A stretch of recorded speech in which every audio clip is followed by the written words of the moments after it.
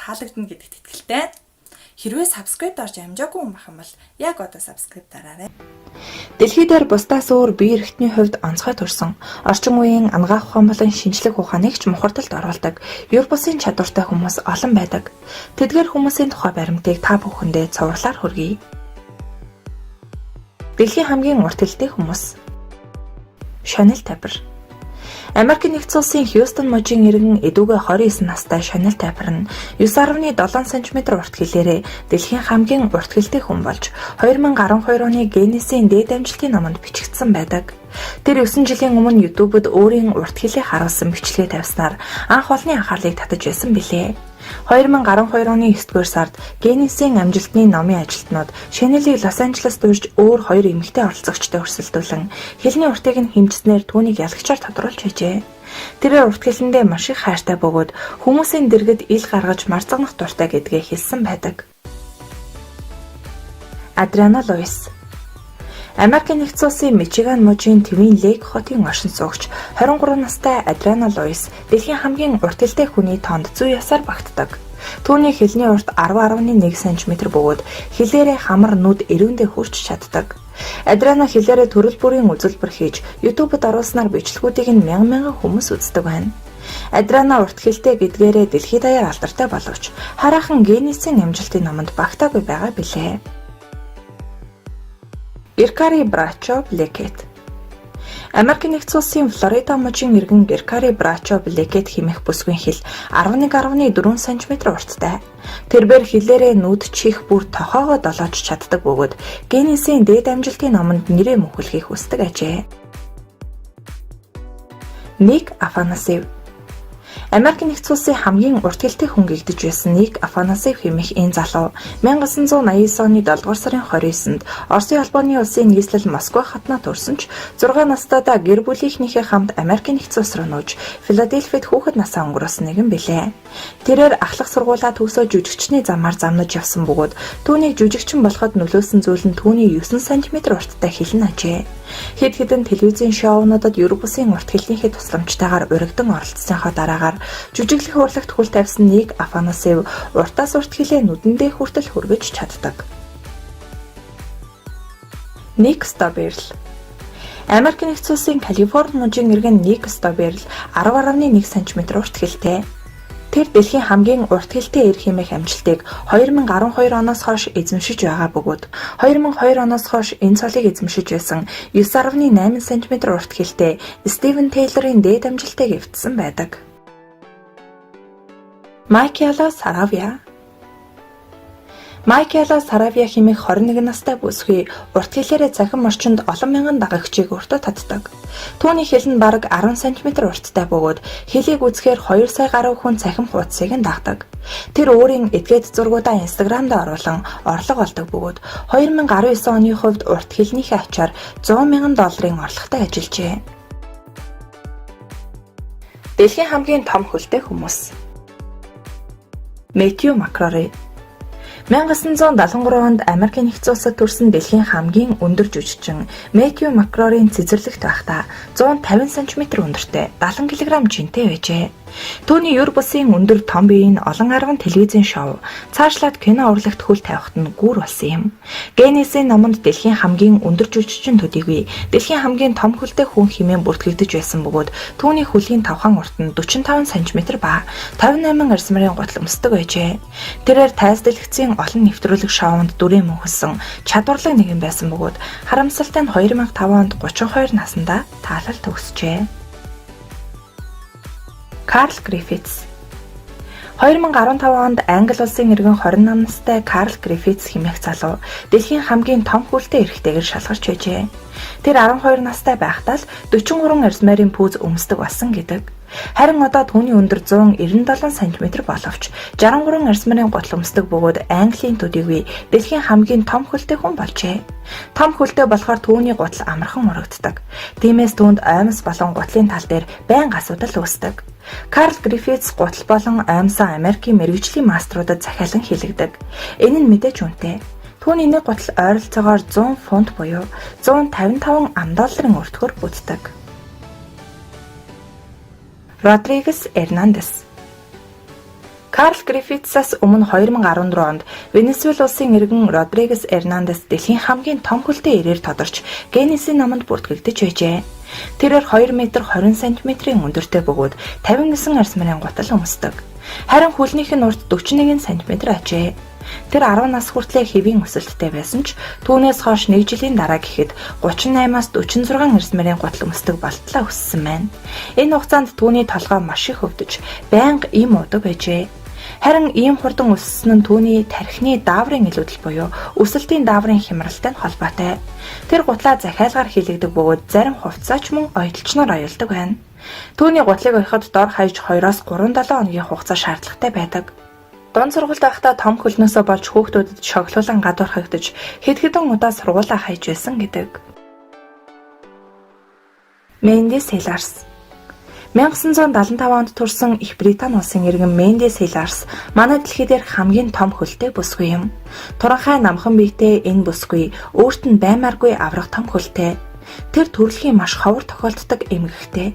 Түүний хөл нь байнга урган томорсоор жил бүрийнхээ дээд амжилтыг эвдсээр байжээ. Энэ эмгэгийг анх доктор Майкл Койн 1979 онд илрүүлж эртний грекийн бурхан Протей нэрээр нэрлэжээ. Домогт өгүүлснээр Протей байнга дүрээ хувиргаж өөрчилдөг ажээ. Энэ эмгэгийн шалтгааныг одоо болтол тогтоогоогүй боловч эмгэг туссан хүний аль нэг эрхтэн нь хэвийн хэмжээнээс хэд дахин том, арьсан зузаан хэн өргөн байдаг гэнэ. 1980 онд аврах хөлтэй хүний тухай Заан хүн кино дэлгэцнийг гарснаас хойш хүмүүс ийм эмгэгийн талаар мэддэг болжээ.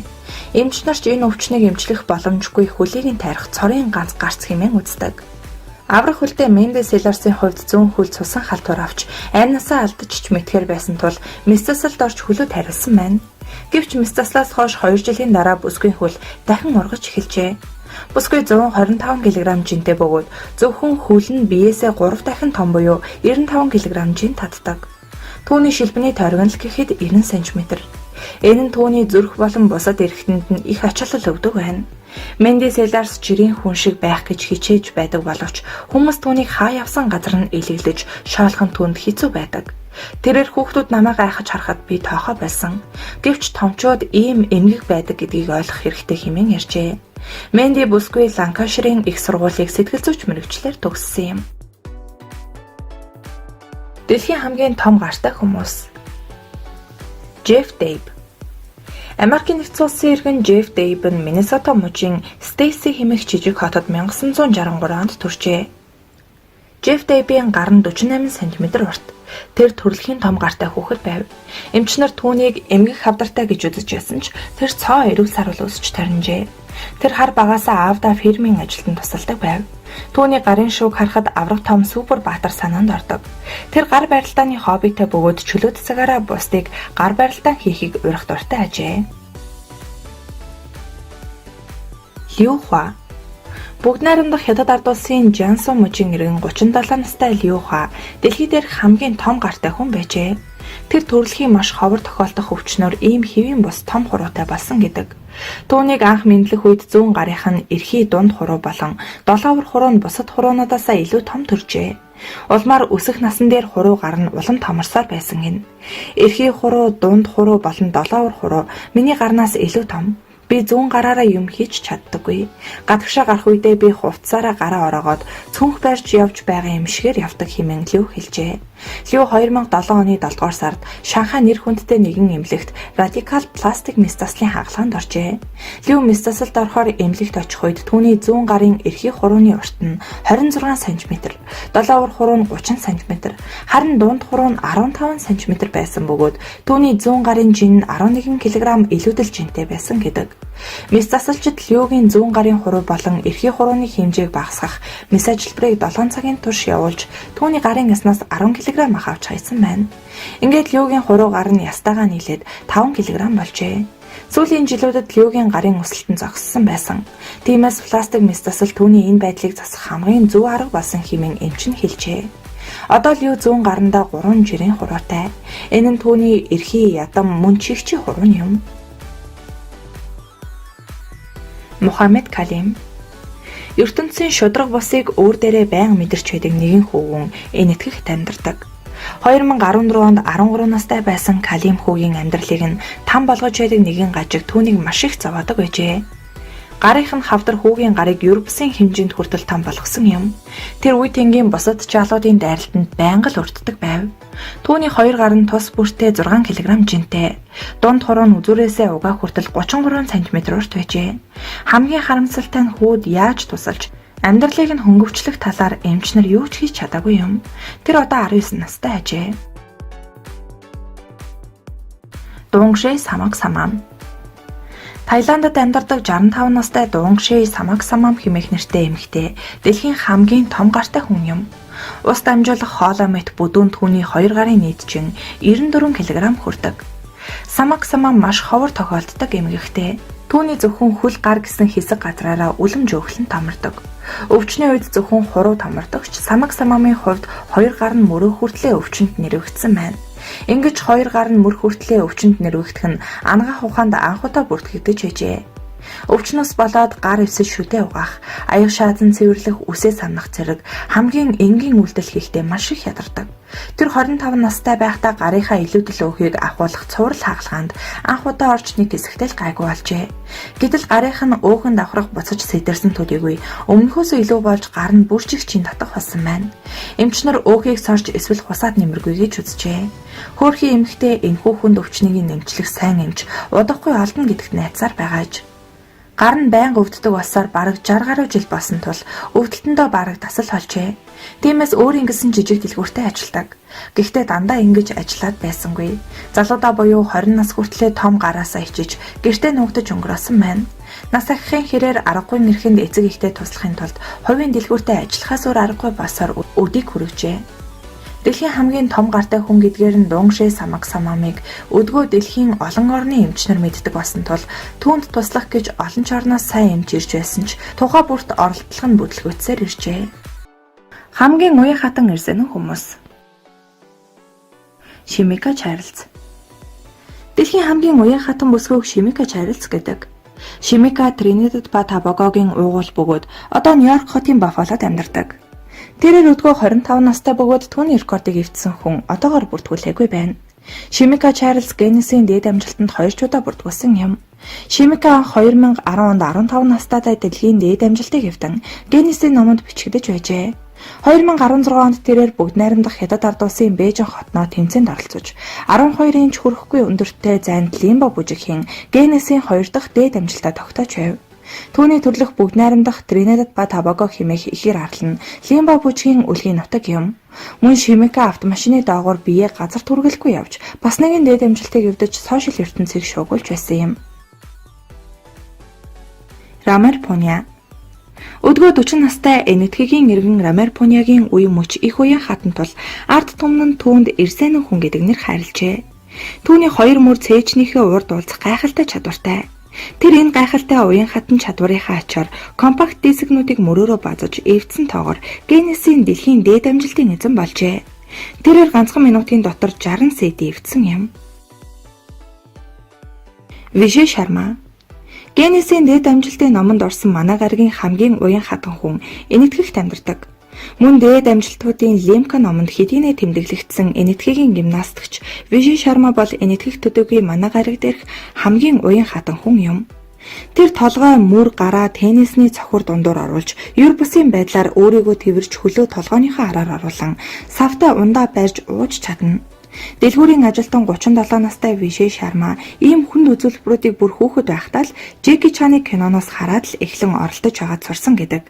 Ирсэнэн хүн гэдэг нэрээр олонний дунд алдартай болсон Вижей Шарма алдар жүжигчин Жеки Чаны шүтэн бишрэгч тулааны урлагаар хичээлж эхэлсэн бөгөөд 1990 онд анх өөрийн гайхалтай хит уян хатан чадвараа нэн илрүүлжээ. Даниэл Смит.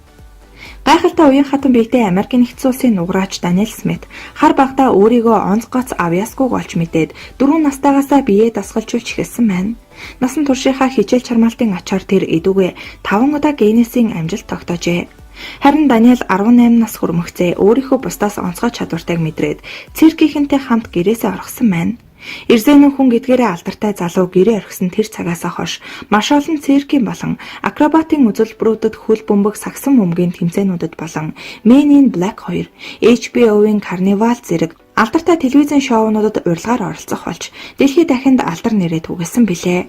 Орчин үеийн хамгийн уян хатан хүний нэгээр тодорхойд байгаа Даниэл Смит нь теннисний цохиурын торгүй нүхээр жорлонгийн сул дураар төвөггүй багтан гарч биеэ төсөөлхийн аргагүй байдалд оруулж зүрхээ цээж рүүгээ түрч зохилтыг нь бусдад харуулж чаддаг. Эмч нарын үзэж байгаагаар Даниэл нь төрөлхийн уян хатан биетэй байсан бөгөөд уйггүй хөдөлмөрийнхөө ачаар тэрхүү даваа талаа дээд зэгт нь хүртэл хөгжүүлж чадсан гэдэг. Юлия Гюнтел. Дэлхийн хамгийн уян хатан эмэгтэй цолны эзэн 34 настай Орос бүсгүйг Юлия Гюнтел гэдэг бөгөөд Оросын Челний хотод амьдардаг. Бүсгүй шүтэн бишрэгчдийнхээ дунд Злата хэмээх нууц нэрээр алдартай нэгэн билээ. Энэ нэрээрээ тэрд Гиннесний номонд хамгийн уян хатан хүн хэмээн бүртгэгджээ. 4 настай цэцэрлэгт хүмүүжиж байхад нь л түүнийг хэд уян болохыг багш нар нь ажиглаж Злата охиныг гимнастикийн дугууланд оруулсан байна. Злата бүсгүйн хувьд хөлөө толгооныхаа ард өргөд өсгийгөөрөө тохоогоо майчих нь бол тийм ч хэцүү зүйл биш. Хэрв шаардлага гарвал тэрээр 50 см дөрвөлжин харьцагт тун амархан багтдаг. Бүсгүй 4 настайгаас эхэлж гимнастик уран угралтаар хичээлж эхэлсэн байна. Злата өөрийн биеийн ховор хосгүй боломжийг мэдээд цаашид үүн дээр тулгуурлан ажиллахаа шийджээ. Тэр Германд болсон уян хатан хүмүүсийн наадамд оролцож дэлхийн уян хатны олон тэмцээнд төрүүлж байжээ. Би өөрөө хийж болох тэмэл үзүүлбэрүүдийг хийж гүйцэтгэдэг. Заримдаа зураг авалтын үед ямар нэгэн байрлалд дэндүү удаан байх хэрэгтэй болоход надад нэлээд эвгүй байдаг хэмээн ярьжээ. Эдүгээ Злата сэтгүүлд зураг авахулах, телевизийн нэвтрүүлэгт оролцох гээд тун завгүй байдаг. Мария Бочарали. Мария Бочарали Америкийн нэгдсэн улсын Нью-Йорк хотод амьдардаг. Одоо дөнгөж 21 настай бөгөөд гайхалтай уян хатан биеэрээ олныг гайхшруулж дэлхийн хамгийн уян уран нуграачтай нэг болж чаджээ. Тэрээр гимнастикийн спортоор 14 настайгаас хичээлж эхэлсэн бөгөөд Мария өдөрт дор хаяж 4 цаг дасгал сургуулилт хийдэг. Тэрээр Instagram хаягтаа хэдийнэ 36 мянган дагагчтай болжээ. Тэр маш олон төрлийн шоу үзүүлбэр арга хэмжээ болон зураг авалтанд тасралтгүй урагдж оролцдог. Мария анх интернетээс төрөл бүрийн дасгалын бичлэг дуурайж хийж уян хатан болохын тулд хөдөлмөрлөж иржээ. Түүнд хамгийн их нөлөөлсөн хүмүүс нь алдарт Cirque du Soleil циркийн уран нуграачид гэдэг. Түүний мөн ийм уян хатан болоход нь дасгалжуулагч нь хамгийн их нөлөөлсөн бөгөөд Марияг сууж босхийг нь хүртэл зааварчилдаг байжээ. Раф Ясет. Раф Ясет Германд аж төрдөг бөгөөд амьдралынхаа багагүй хугацаанд мэрэгжлийн бүжгээр хичээлсэн байна. Хүмүүс түүний жинхэнэ нэр усыг мэддэггүй ч олон хүн Эрзэнэн хөлт гэдэг хоч орон түүнийг таньдаг. Тэр бүр явагчин хийж чадахгүй маш хүнд ойлгомжгүй үзүүлбэрүүдийг Ясет төгөхгүй гүйцэтгэдэг. Соронзон чадвартай хүмүүс. Мухибиша Бошо-Пасек. Босни Герцеговины улсын Сребреник хотод амьдардаг 62 настай Мухибиша Бошо-Пасек хэмээх янз бүрийн зүйлсийг татдаг Европын чадвартай хүн амьдардаг. Тэрээр өөрийн биеийн дээрээ зөвхөн металл халбах сэрээ төдийгүй зурагтын удирдлага, аяг, гар утас зэрэг металл бус зүйлсийг ч тогтоож чаддаг. Түүний бие нь ийм Европын үйлдэл хийх боломж олгодог онцгой эрчим хүчтэй ажээ. Надежда Сахарова. Казахстан улсын Костанай хотын иргэн 75 настай Надежда Сахарова хэмээх настай эмэгтэйн бие дээр халбах сэрээ, төмөр зэрэг төмөр эд зүйлс яг л соронзонд наалдаж байгаа мэт тогтдог. Сахарова бүр 15 жилийн өмнө телевизээр Европын чадвартай хүмүүсийн тухай нэвтрүүлгээр биед нь төмөр наалддаг хүний тухай үзээд өөр дээрээ туршаад үзтэл яг адилхан наалдаж байжээ. Алх зэрэг хүнд зүйлсийг арай муу татаж байсан аж. Халбах сэрээ зэргийг биедээ наагаад хоол цайгаа бэлдээд явж байхад нь ч ундаггүй байна. Сонирхолтой нь түүний энэ этгээд чадвар ач хүүд нь ч бас байхыг олж мэджээ. Хүнд эд зүйлс арай тогтохгүй ч хөнгөн зүйлс зүгээр л наалдаж байна. Харин 100 цагт болохоор биеийн соронзон чадвар үйлчилдэггүй хэмээн ярьжээ. Этибар Илчев. 2001 онд гүржийн 49 настай Этибар Илчев хэмээхээр өөрийн биеийн дээрээ хоолны 50 халбах 50 наалдуулж дээд амжилтын Гиннесийн номонд орсон байдаг. Иван Столькович. Хорват улсын Копривница тосгонд амьдардаг 6 настай хүү Иван Столькович нь харахад нэлээд мэралгал болохоос биш үе тэнгийнхнээсээ ялгараад байх онцгой содон зүйлгүй жирийн л нэг өхөөртөм жаал. Гэхдээ Иван хүүн байглаас заяас нь нэгэн Европын чадвартай ажээ. Тэр нь эрдэмтдийн учрыг нь тайлж чаддаггүй соронзон чадвар юм. Хүү биеийн дээрээ тэр тусмаа цээжин дээрээ халдвах сэрээнд хайруулын тавг гээд төмөр хийгдсэн зүйлсийг тогтоосныхоо дараа маш их ядардаг хэмээн ярьжээ. Тэр металл төмөр зүйлсийг өөртөө соронцдохоос гадна хоёр гараараа хүний өвчнийг татаж авах чадвартай ажээ. Леолин тав. Малайз улсын иргэн леолин тав хэмээхэр металл зүйлсийг бие дээрээ соронзон адил тогтоох гайхамшигтай чадвартай ажээ. Хүмүүс түүнийг ноён соронц гэх нэрээр нь илүүтэй мэддэг. Тэрээр нэг удаа тус бүр нь 2 кг-ийн жинтэй нийт 36 кг металл зүйлсийг цээжиндээ нааж байжээ. Энэ нь ямар нэгэн гадны биетүүдээс үл хамаарах бөгөөд түүний арсны онцлог гин. Түүний чадвар нь соронцлог чанартай ямар нэгэн байдлаар холбогддоггүй байна. Малайзийн технологийн их сургуулийн эрдэмтэн судлаачид Ливийн биеийг судалж үзээд түүнд ямар нэгэн соронзон талбай байдаггүй. Зөвхөн арс нь маш өндөр түвшний үрэлтийг харуулж байгааг тодорхойлоод түүнийг Европын гентэй хэмээн тайлбарласан байдаг. Хамгийн сонирхолтой нь түүний энэхүү чадвар нь ач зээ нарт нь мөн удамшжээ. Цахилгаан чадвартай хүмүүс. Раш Мохон Наяр. Стенлигийн супер хүмүүс телевизийн цуврал нь оюун ухаан болон бие махбодын Европын чадвартай бодит амьдрал дээр байдаг супер хүмүүсийг танилцуулдаг. Энэхүү цувралын нэг баатар бол энэтхэгийн иргэн цахилгаан хүн хочид Раш Мохон Наяр юм. Раш Мохон Наяр нь цахилгааны эсрэг дархлаатай бөгөөд цахилгаан гүйдлийг тесч чаддаг ажээ. Раш ердийн хүнийг үхэлд хүргэх хэмжээний цахилгаан гүйдлийг 30 дахин нэмэгдүүлсэн хэмжээний цахилгаан гүйдлийг хэвнэг биеэрээ дамжуулж чаддаг. Раш өөрийн энэхүү өвөрмөц чадвараараа дэлхийд даяар алдартай болжээ. Түүнийг хэвлэл мэдээллийнхэн болон хүмүүс электрон хүн хэмээн нэрлэдэг. Рашийн гадаад байдал төдийлөн онцлог зүйл байхгүй ч хийж буй зүйлийг нь харахад үнэхээр аимшигтай. Раш Мохон цахилгааны бүрээсгүй утсыг нүцгэн биендээ хүргэн барьж байгаад гэрлийн шил төмөр лист зэрэг цахилгаан хэрэгслүүдэд залхан цахилгаан дамжуулж чаддаг. Электрон хүн цахилгаан гүйдэлтэй утсыг хилэндээ хүргэж нөгөөг нь хөл, гар болон толгоондоо хүргэж чаддаг. Рашиг 7 настай байхад түүний ээж нь асууржээ. Ингээд ээжигээ алдсан тэрээр гунигт автан амиа хорлохоор шийдсэн байна. Тэрээр трансформаторын өрөөнд орж цахилгаан гүйдэлтэй утсыг гараараа барьж авсан боловч түүнд огтхон ч нөлөөлөөгүй ээж. Ингэж өөрийн гайхамшигтай чадварыг олж авсан Рашийн төсвөрлөдөг энэ гүйдлийг жирийн хүмүүс өөр дээрээ туршвал тэр даруй булчингийн гэмтэл авч цусны эргэлтэн зогсож арьсан түлэгдэж зүрхэн зогсох гин.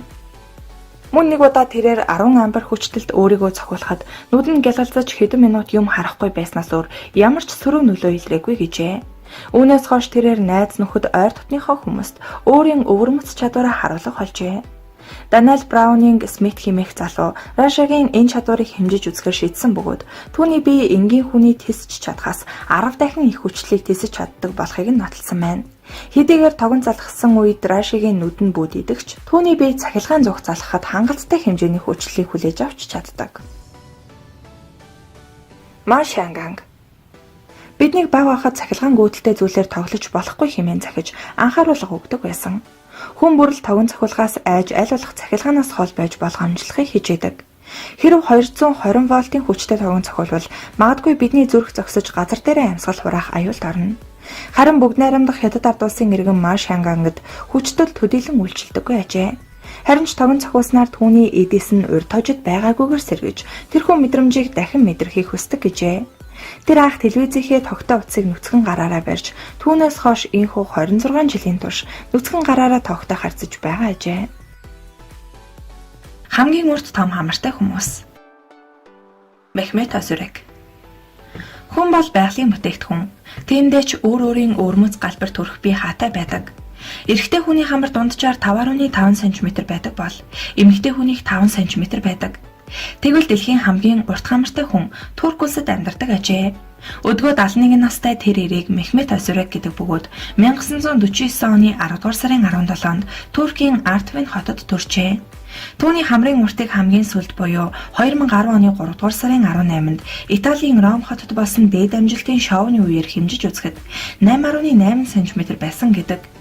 Ийхүү тэр дэлхий дээр амьд сэрүүн байгаа хамгийн том хамартай хүн хэмээх цолыг хүртэж Гиннесийн номонд бүртгэгджээ. Эрэгтэй хүний хамар 80 нас хүртлийн ойролцоогоор 8 мм уртсдаг гэдэг. Тэгэхээр Мехметийн хамар магадгүй одоо 10 см урттай болсон бизээ. Томас Ведерс. Томас Ведхаус нэрээрээ алдаршсан Англи улсын иргэн Томас Ведерс 1730 оны орчим Английн Йоркшир хотод төржээ. Тэр 18 дугаар зууны дундуур циркийн янз бүрийн шоунд оролцож байсан гэдэг. Ведерс дэлхийн хамгийн урт хамартай гэдгээрээ алдартай байсан бөгөөд хамрынх нь урт 7.5 инч буюу 19 см байжээ. Түүний юр бусын дүр төрхөөс өөр Ведерсийн амьдралын талаарх баримт ховор байдаг. Тухайн үеийн хэвлэлүүдэд түүнийг тодорхойгүй шалтгаанаас болж оюуны хөгжлийн бэрхшээлтэй болсон. Энэ нь магадгүй түүний нүүрний юр бусын гажигтай холбоотой хэмээн тэмдэглэсэн байжээ. Түүнийг 1780 оны орчим төрлөх Йоркшир хоттой 50 эсвэл 52 настайдаа нас орсон хэмээн үздэг. Түүнийг нас орсны дараа дэлхийн хамгийн том хамартай хүн хэмээн цол олгож Гиннесийн номонд бүртгэжээ. Эдүгээ түүний лагаар хийсэн толгойн баримл Риплигийн итэг эсвэл боль хэмээх музейд хадгалагдаж байдаг. Густав фон Альбах 18 дугаар зууны үед амьдарч байсан Германы тайж Густав фон Альбах яахааргүй энэ жагсаалтыг тэргүүлнэ. Тэрээр циркэд ажиллаж олон нийтийн газар цэнгүүн үдэшлэгт оролцсон хүмүүсийг хөгжүүлдэг нэгэн байсан гэдэг. Хүүхдүүд ч түүнийг тойрон эргэлдэх дуртай байжээ. Густав фон Альбахын энэ содон төрх алдарчнуудын анхаарлаас ч гадна байсангүй. Эх орон нэгт Вильгельм Гоф түүнээс сэдвлэн багчуудад зориулан Карлик хамар хэмээх үлгэрээ бичсэн байдаг. Фэй Жанжун 2015 онд 41 настай Фэй Жанжун хэмээх хятад эр хамар дээрээ жаахан улаан юм гарсныг анзаарчээ. Түүндээ нэг их ач холбогдол өгүүлэхгүй явж байтал нэг л мэтгэд хамар нь дунд зэргийн алим шиг болтлоо томорч аргагүй нэрхэнд эмчид хандсан байдаг. Тэгтэл энэ нь хавдрын ховор тохиолдол байсан ч ядуу Фэйд төлбөрийн мөнгө байхгүй гацжээ. Азар түүний ойролцоох цэргийн эмнэлгийнхэн химийн курс эмчилгээ хийсний дараа гоо сайхны мэс засал хийж хэвийн хэлбэрт нь оруулсан гэдэг. Хамгийн урт том амтай хүмүүс. Франциско Доминго Жогум. Гиннесийн номонд бичигдсэн Англи улсын иргэн Франциско Доминго Жогум бол дэлхийн хамгийн өргөн амтай хүн юм. Гиннесийн дээд амжилтыг бүртгэгч зохион байгуулагчид хамгийн том амтай хүнийг 2 жил хайсны эцэст Франциско Доминго Жогумыг түүний амьдардаг жижигхэн суурангаас олжээ. Түүний аманд бүхэл бүтэн нэг лаацтай кола хөндлөнгөөр өлгөн багтдаг бөгөөд амаа ингэж дарвайлгаж татахт нь урт нь 17 см хүрдэг. Өвөрмөц турсан авьяастай энэ хүн Кока-Коланы рекламанд тоглож байжээ. Тэр дээд уулаараа бараг нүрээ бүтээж чадна. Гиннесийн номонд нэрээ үлдээсэн зүүдэнд ч оромгүй том амтай түүний шүдэнд хэрвээ шүдний эмчилгээ хийх болвол маш амар байх нь мэдээж. Магадгүй салхитай өдөр гадуур гарахдаа юм ярил дээд дуруулан дагдсан дээрээ гараад уушгин салхиар дүүрчгэж мэтгэл юм. Исаак Джонсон 2019 онд Америк нэгдсэн улсын Миннесота мужид амьдардаг Исаак Джонсон хэмээх 14 настай хүү дэлхийн хамгийн том амны дээд амжилтыг шинжлэн тогтоожээ. Өмнөх дээд амжилтын эзэн нь Бернд Шмидтэд хэмээх герман хүн байсан бөгөөд түүний ам нь 8.8 см хүртэл сундаг байсан юм. Исаак Джонсон том амтай гэдгээ мэддэг байсан бол харин одоо түүний ам албан ёсоор дээд амжилтын номонд багтжээ. Түүний доод шүднээс дээд шүд хүртэлх зай 9.3 см буюу 3.6 инч хэмжээтэй. Исаак жимснээс ахуулаад бейсбол, теннисний бөмбөг, лонхны ёроол гэдэл олон зүйлийг том амтай эрүүндээ багтааж чаддаг. Саманта Рамсдэл Америк нэгдсэн улсын иргэн 30 настай Саманта Рамсдэл хэмээх бүсгүй хамгийн томд тооцогдох үлэмж том амаараа дэлхийд алдарчжээ. Тэр 2020 оны 4-р сард 20 цэрийн дэглэм тогтоосон үед TikTok дээр бичлэгүүдээ байрлуулж эхэлсэн бөгөөд одоогоор 750 мянган дагагчтай болсон аж. Саманта Рамсдэл Коннектикутад амьдардаг бөгөөд худалдааны төлөөлөгчөөр ажилладаг. TikTok дээр алдартай болсон Самантагийн ам нь 9.5 см урт бөгөөд өөрийнх нь хэлснээр түүний амны хэмжээ нь Гиннесийн дээд амжилтын номонд бүртгэгдсэн хэмжээнээс их гэжээ. Тэр 2019 оны намар TikTok-т бүртгүүлсэн боловч 2020 оны 4-р сараас л анхны бичлэгээ байрлуулж эхэлжээ. Тэр даруйда бичлэгийг нь хэдэн сая хүн үзсэн байна. Тэрээр одоо видеогоороо орлого сайн хийдэг болжээ. Түүний видеонууд заримдаа 50 саяыг цуглуулдаг тул тэр маш их хэмжээний мөнгө олж чаддаг.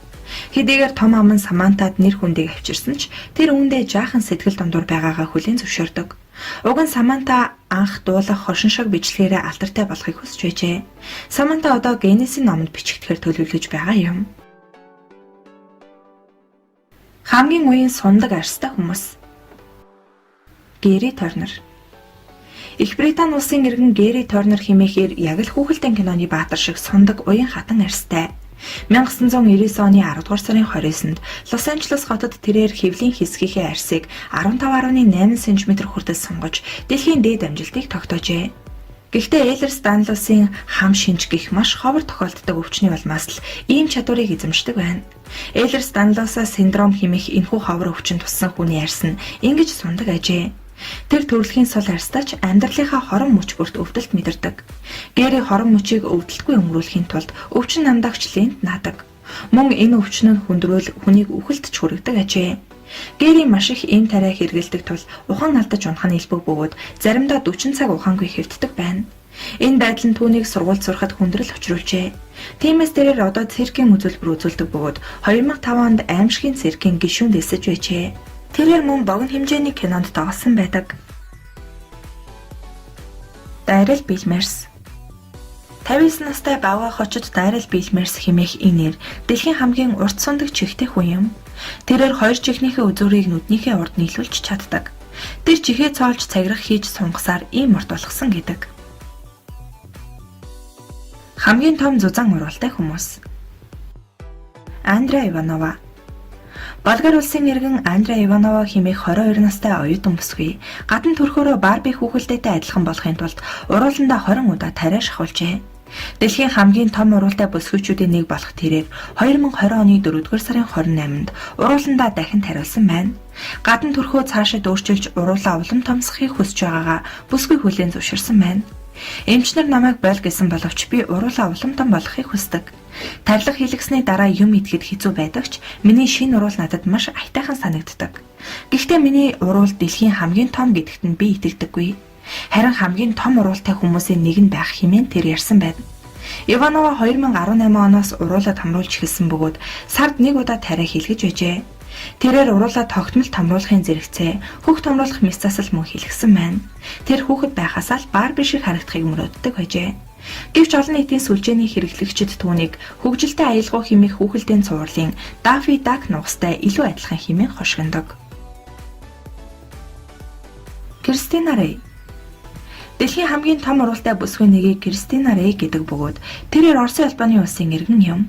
Генезийн номонд бүртгүүлсэн өдгөө 29 настай Кристина уруулаа томсгой зогсохгүй өөрийнхөө хэв маягийг эрс өөрчилсөн байна. Тэрээр чихээ сунгаж мөн хөхөө томруулан шивээс хэлгэжээ. 17 настайгаасаа эхлэн хагалгаанд орсон бүсгүй урууландаа нийт 4,000 евро зарцуулсан байна. Ус хоолгүй олон жил амьд явсан хүн. Фралад Жани. Энэтхэгийн йогч Фралад Жани хэмээх эр 74 жилийн турш юу ч идэж болохгүй амьдарсан тухай мэдээлэл одоогоос 6 жилийн өмнө олон нийтэд хүрч гайхшруулж байжээ. Энэтхэгийн йогч Фралад Жани гэгэрлийн зам мөрийг олохын тулд 10 настайгаас хойш 80 жилийн турш хилэн дээрээ өмг хоол тавих нь битгий хэл балга ус жуугаагүй гэдэг. Тэрээр амьдралын эрч хүчээ сансраас авдаг хэмээн баталдаг байсан бөгөөд эмнэлгийн туршилтанд нэг бусуудаа орж исэн юм. Эмчнэр түүнийг эхлээд настай хүн байж худлаа ярьлаа хэмээн буруутгаж байсан ч үзлэг хийгээд үнэхээр гайхсан гэдэг. Учир нь түүний ходоод бараг байхгүй болтлоо агшсан байжээ. Йогч тухайн үед өөрийгөө энэ жил 85 настай бөгөөд сүүлийн 70 жилийн турш ийм байдлаар юм өдөлгүй амьдарч байгаа хэмээн эмчнэрт ярьсан байдаг. Жани бүр 7 настайгаасаа гэрээ орхисон бөгөөд тэнүүчлэн амьдарч байхдаа хоол ундгүйгээр амьд явах аргад суралцсан байна. Тэр энэ тэнүүчлэн амьдарч байх үедээ нэгэн сүмд орж бясалгал хийх болжээ. Ямар аргаар амжилтанд хүрснээ өөрөө ч үл мэдэх бөгөөд 1940 оны тэр нэгэн өдөр түүн дээр амб борхон бууж ирж энэхүү юр бусын хүч чадлыг өгсөн гэдэг. Үүнээс хойш тэр өдөрт амб борхны өгдөг ганц 2 ширхэг шидэт будаа болон тэнгэртэй холбогдсон сувгаар ирч хүч авдаг болсон. Дээд сансраас ирдэг нэгэн мөнхийн ашаан нь түүний биеийг тэнгэрээс тэтгэдэг гэжээ. Эмчнэр түүнийг өрөөнөөс гаргалгүй 10 хоногийн турш ажиглахад үнэхээр нэг ч юм мэдэж байгаагүй ажээ. Тэрээр Гужарат муж дахь Ахмедабад хотын эмнэлгийн эмч нарын хатуу хяналтанд ор байсан бөгөөд энэ хугацаанд ганц ч удаа аягны амсар зуугаагүй бөгөөд ариун цэврийн өрөөрөө нэг ч ороогүй гэдэг. Мөн түүний биед ямар ч өөрчлөлт оруулахгүй цоо ирүүл байжээ. Энэ хугацаанд түүний биед толгой эргэх, дотор муухайрах, сулдах, жин хаях, чигний дутагдалд орох зэрэг хоол хүнсний дутагдлаас үүддэг ямар ч өвчин зовир илрээгүй байна. Өвгний тарих 25 настай залуугийнхаас дутгааргүй байсны дээр би энэ хэдийгээр туранхаж яг л залуу хүн шиг ирч хүчтэй байсан гэдэг. Судлаач мэрэгжилтнүүд Фралад Жанигийн энэ байдлыг йогоор ууггүй хичээсний цэвэр үр дүн, хүний хязгааргүй боломжийн нэгэн жишээ хэмээн утсан байдаг. Түүнчлэн Жанигийн энэ байдал нь энэтхэгийн зэвсэгт хүчнийхний сонирхлыг маш ихээр татаж байв. Тэд түүний бие организмын энэхүү нууцыг нь тайлахаар оролдож байжээ. Хэрэв Жанигийн хоол усгүй удаан байж чаддаг нууцыг нь илрүүлчихвэл магадгүй өсөглөн гамшигт нэрвэгдсэн газрын ард иргэдийг тусламжиртал эсэн мэнд амар чимээр суухад нь туслах боломжтой болно хэмээн үзэжсэн гэдэг. Энэ гайхамшигтай юр бусын хүн 2020 оны 5 сард 90 настайдаа таалал төгссөн юм. Хамгийн хурц гараатай хүмүүс. Наталья Дёмкина 1987 онд Оросын Сарангс хотод төрсэн Наталья Дёмкина хэмээх бүсгүй 10 наснда хүний арьсыг нэвт харж байгаагаа мэдэрч өнөөдөр нь энэ чадвараа ашигласаар байгаа юм. Тэр яг л эрдэнэтхэн аппарат шиг харж чаддаг. 2004 онд Discovery Channel телевизийн сувг Натальягийн энэ чадвараар эрдэнэтхэнүүдтэй охин нэртэй нэвтрүүлэг хийж байжээ. Наталья эмнэлгийн тоног төхөөрөмж эрдэнэтхэн зургийн машинаас илүүтэй хүний биеийн бүтэц яс зэргийг харж чаддаг онцгой чадвартай бөгөөд үүнийг нь байж боломгүй гэж үзсэн эмч нар туршиж үзэж байв. Эмч мэргэжилтнүүдийн оролцсон туршилтаар сайн дурын 6 хүнийг оролцуулахад Наталья тэдний онош ясны бүтэц зэргийг яг л нэвт харж байгаа мэт маш зөв тодорхойлж байсан гэдэг. Тэр одоо ч гэсэн итгэхийн аргагүй чадвартай эрдэнэтхэнүүднийхээ тусламжтайгаар өвчтөе хүмүүст тусалсаар л байгаа ажээ. Вероника Сейдер 1972 онд Вероника Сейдер өөрийгөө 1.6 км-ийн хол зайд байгаа жижиг объектыг харж чаддаг хэмээн олонд зарлжээ. Гэвч хинч түүнд итгэсэнгүй. Азар нүдний харааг шалгах тийм ч хэцүү биш тул тун удалгүй гайхамшигтай хурц хараатай болох нь тогтогджээ. Түүний нүдний хараа жирийн хүнийхээс 20 дахин илүү хурц байсан тул Гиннесийн номонд бичигдсэн байдаг. Хамгийн том бүлтгэр нүдтэй хүмүүс. Бразил улсын иргэн бүлтэрдэг нүдтэн хожид Клаудио Финто хэмээх ирнэ нүдэн аягнаас нь 4 см зайтай ил гаргах чадвартай. Өөрөөр хэлбэл тэрээр нүднийхээ тойргийн 95%-ийг урагшин түрэн гаргаж чаддаг ажээ. Тэр маш олон төрлийн анагаахын судалгаанд хамрагдсан бөгөөд эмч нар урд хожид нүдэн ингэж чаддаг нэгч хүнийг үзээгүй хэмээн ярьжээ. Харин Клаудио энэ чадвараа ашиглаж мөнгө олдог. Учир нь би нүдээ 4 см ил гаргаж чаддаг. Өөр ийм чадвартай хүн бараг л байхгүй байх. Энэ бол бурхнаас надад өгсөн бэлгэл гэж би боддог. Би маш их хаттай хүн хэмээн ярьсан байдаг. Ким Гудман Америк нэгдсэн улсын Чикаго хотод амьдардаг дэлхийн хамгийн бүлтгэр нүдтэй эмэгтэй болох Ким Гудман нүднийхээ алмыг ухархаанаас нь 11 мм хүртэл урагшаа гаргаж чаддаг. Тэрээр энэ чадвараараа 1998 оны 6 дугаар сарын 13-нд Гиннесийн дээд амжилтын номонд бичигджээ. Мария Оз Загварын ертөнцид онцгой содон дүрхтэй нэгнийг эрэлхийлэх болсон билээ. Тэгвэл загварын ертөнцид Украин улсын иргэн Мария Оз хэмээх бүсгүй хамгийн том нүдтэй модель гэдгээрээ алдарсан билээ. Түүнийг дэлхийн хамгийн том нүдтэй охин хэмээн зарлагдагч албан ёсоор энэхүү батламжийг хэн нэгэн гардуулж байгаагүй юм. Мария Озын шүтэн бишрэгчид түүнийг харийн хүн мэт том нүдтэй өөр ертөнцөөс ирсэн хэмээн үздэг. Мария Оз нь зураач, загвар зохион бүтээгч мэргэжилтэй ажээ. Дуу чимээгээр хардаг гоц хүн Бен Андервуд. Бен Андервуд нь 1992 оны 1-р сарын 26-нд Калифорни мужийн Риверсайд хотод төржээ. Бен худөнгөж 2 настай байхдаа нүдний торлог бүрхөвчийн хорт хавдар болох ретинобластаар өвдсөн нь шинжилгээгээр тодорхой болжээ. Ингээд маш ховор тохиолддог энэ хорт хавдрын улмаас түнд яаралтай мэс засал хийж 2 нүдийг нь авсан гэдэг. Харин эдүгээ ангаах ухаан ийм хэлбэрийн хавдрыг эрхтнийг нь авалгүйгээр эмчлэх боломжтой болсон юм. Бен баг байсан тэр үед ямар ч боломж байгаагүй юм. Тэрээр 5 настайдаа юмсыг цураагаар баримжаалан харах чадвартай болж хилээрээ чимээ гарган объектын байрлалыг олж мэддэг болжээ. Хараагүй Бен Андервуд хүү тэсвэр төвчээр байвал юмсыг төсөөлөж харж болдгийг харуулж чадсан юм. Бен өрөөнд орж ирээд амандаа үг хэлэн өвлөж санал дээр жирийн хүн шиг яг онож суухын зэрэгцээ. Гартаа янз бүрийн зүйл авч текст хүртэл шивж чаддаг байжээ. Тэр таслахаг хамгийн жижиг зүйлийг нь хүртэл нэрлэх нарийн харж чадна.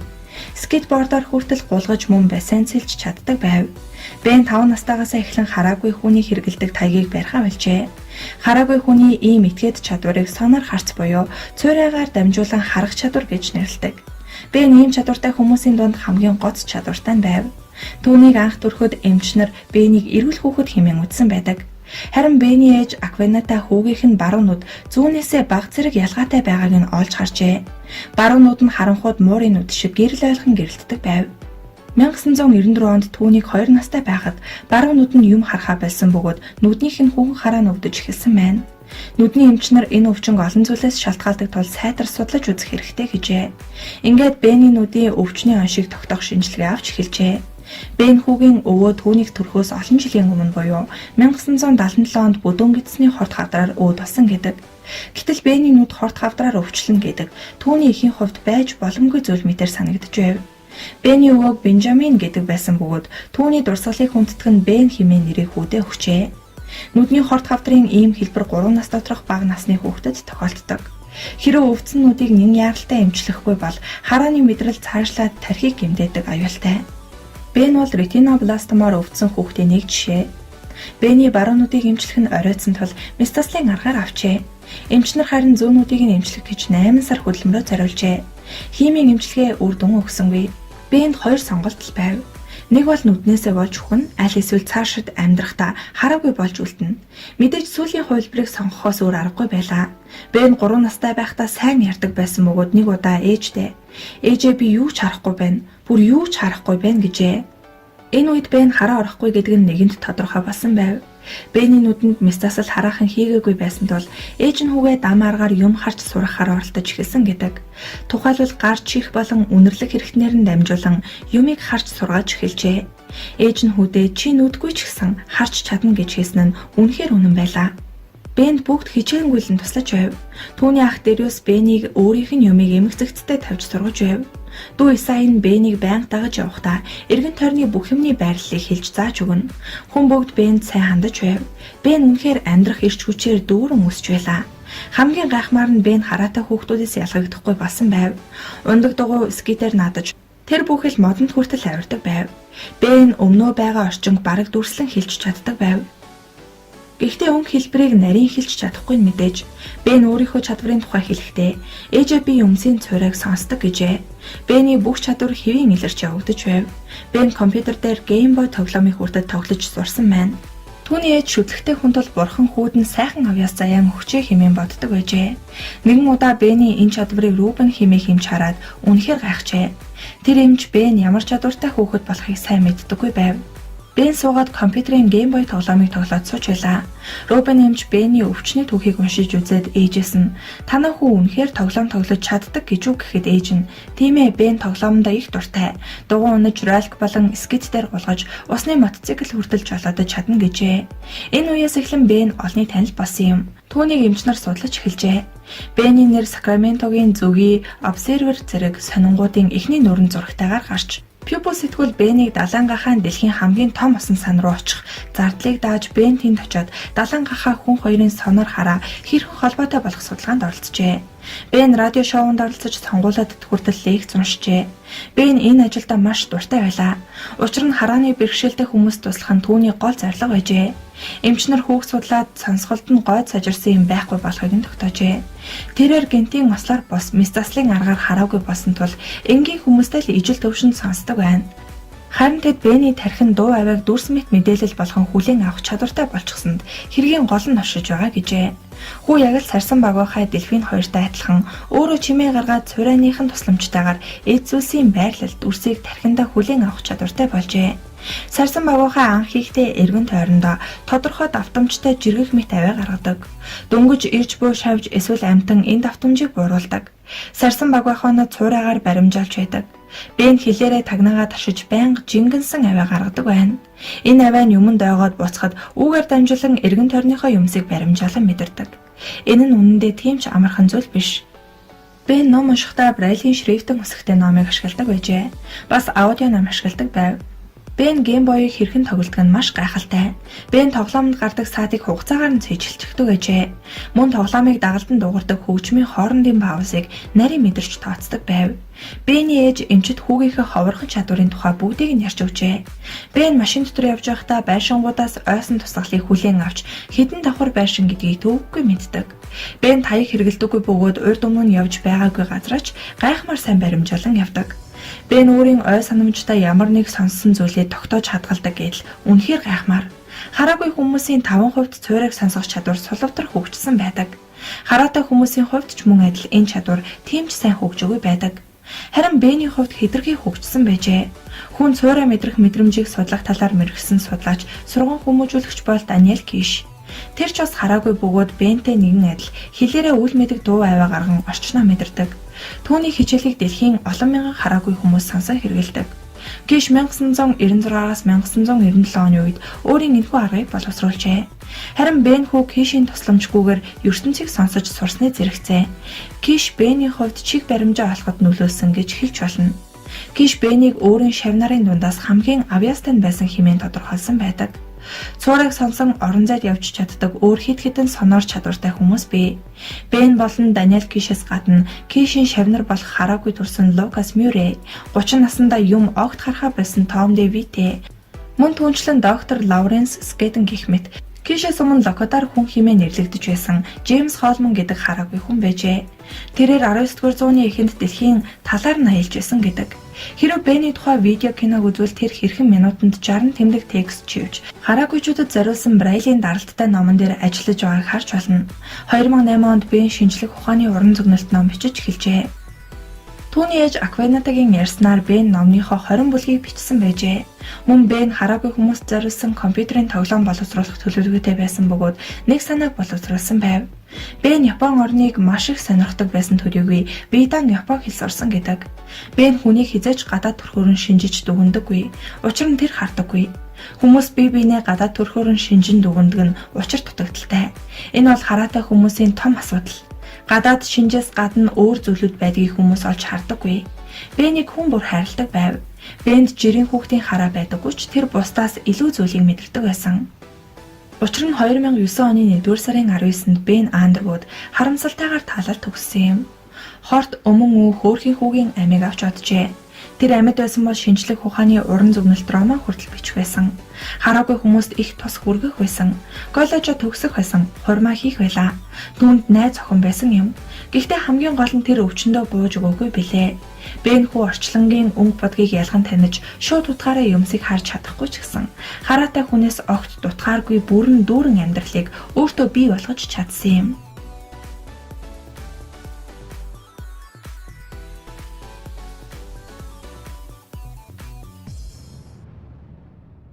Subscribe дарж амжаагүй юм бахам бол яг одоо subscribe дараарай.